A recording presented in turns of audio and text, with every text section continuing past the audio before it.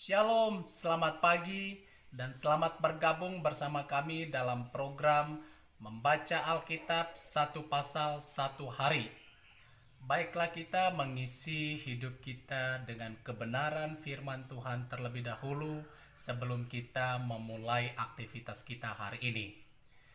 Dan semoga saudaraku mendengarkan suara Tuhan melalui kebenaran firman Tuhan pagi ini. Tuhan Yesus memberkati. Kejadian pasal 30. Ketika dilihat Rahel bahwa ia tidak melahirkan anak bagi Yakub, cemburulah ia kepada kakaknya itu, lalu berkata kepada Yakub, "Berikanlah kepadaku anak, kalau tidak aku akan mati."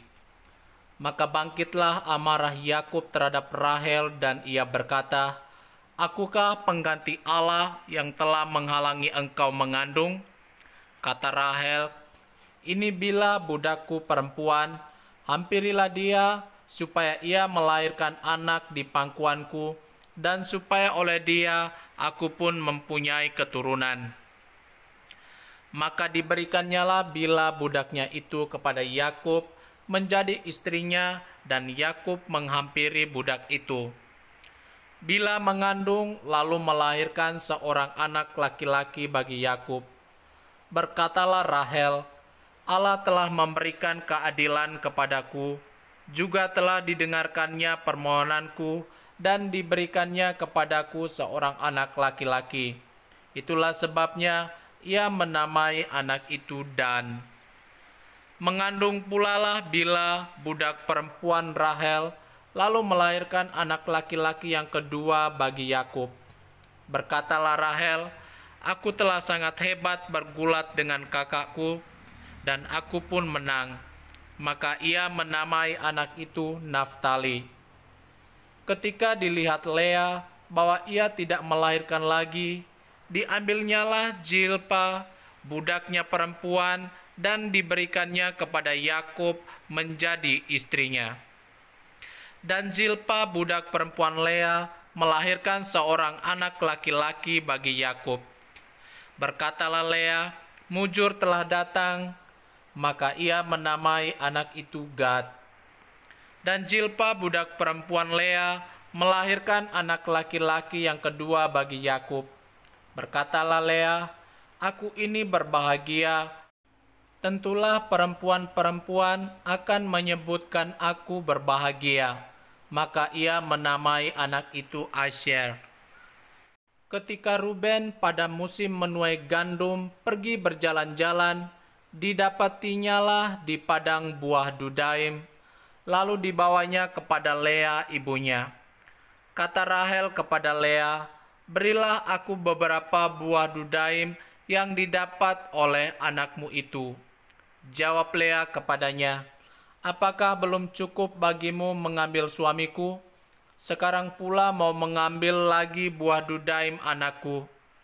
Kata Rahel, "Kalau begitu, biarlah ia tidur dengan engkau pada malam ini sebagai ganti buah Dudaim anakmu itu."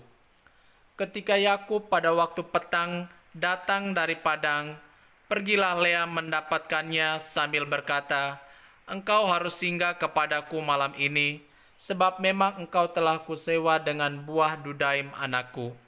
Sebab itu tidurlah Yakub dengan Lea pada malam itu. Lalu Allah mendengarkan permohonan Lea. Lea mengandung dan melahirkan anak laki-laki yang kelima bagi Yakub. Lalu kata Lea, "Allah telah memberi upahku, karena aku telah memberi budakku perempuan kepada suamiku." Maka ia menamai anak itu Isakar. Kemudian Lea mengandung pula dan melahirkan anak laki-laki yang keenam bagi Yakub. Berkatalah Lea, "Allah telah memberikan hadiah yang indah kepadaku. Sekali ini suamiku akan tinggal bersama-sama dengan aku, karena aku telah melahirkan 6 orang anak laki-laki baginya." Maka ia menamai anak itu Zebulon. Sesudah itu ia melahirkan seorang anak perempuan dan menamai anak itu Dina. Lalu ingatlah Allah akan Rahel, Allah mendengarkan permohonannya serta membuka kandungannya. Maka mengandunglah Rahel dan melahirkan seorang anak laki-laki. Berkatalah ia, Allah telah menghapuskan aibku. Maka ia menamai anak itu Yusuf, sambil berkata, mudah-mudahan Tuhan menambah seorang anak laki-laki lagi bagiku. Yakub memperoleh ternak. Setelah Rahel melahirkan Yusuf, berkatalah Yakub kepada Laban, izinkanlah aku pergi supaya aku pulang ke tempat kelahiranku dan ke negeriku. Berikanlah istri-istriku dan anak-anakku yang menjadi upahku selama aku bekerja padamu, supaya aku pulang, sebab engkau tahu betapa keras aku bekerja kepadamu. Tetapi Laban berkata kepadanya, sekiranya aku mendapat kasih-Mu, telah nyata kepadaku bahwa Tuhan memberkati aku karena engkau. Lagi katanya, tentukanlah upahmu yang harus kubayar, maka aku akan memberikannya. Sahut Yakub kepadanya, engkau sendiri tahu bagaimana aku bekerja padamu dan bagaimana keadaan ternakmu dalam penjagaanku. Sebab harta milikmu tidak begitu banyak sebelum aku datang, tetapi sekarang telah berkembang dengan sangat, dan Tuhan telah memberkati engkau sejak aku berada di sini. Jadi, bilakah dapat aku bekerja untuk rumah tanggaku sendiri? Kata Laban, apakah yang harus kuberikan kepadamu? Jawab Yakub, tidak usah kau berikan apa-apa kepadaku. Aku mau lagi menggembalakan kambing dombamu dan menjaganya, asal engkau mengizinkan hal ini kepadaku. Hari ini aku akan lewat dari tengah-tengah segala kambing dombamu dan akan mengasingkan dari situ setiap binatang yang berbintik-bintik dan berbelang-belang. Segala domba yang hitam dan segala kambing yang berbelang-belang dan berbintik-bintik, itulah upahku. Dan kejujuranku akan terbukti di kemudian hari apabila engkau datang memeriksa upahku.